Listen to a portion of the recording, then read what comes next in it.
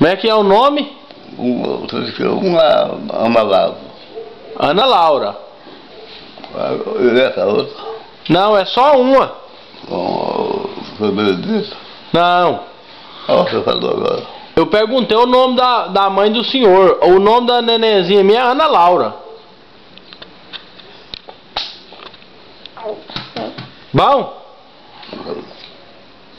Graças a Deus, né?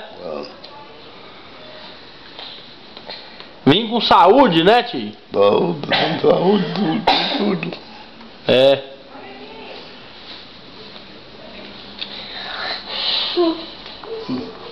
Ah, eu não quero. Manda um abraço pra ela aqui, fala. Um abraço e um beijo. Fala. Ah, não escuta. Pode falar que eu vou levar pra ver. Vamos lá. Ana Laura, um abraço e um beijo, seu tio. Entendeu?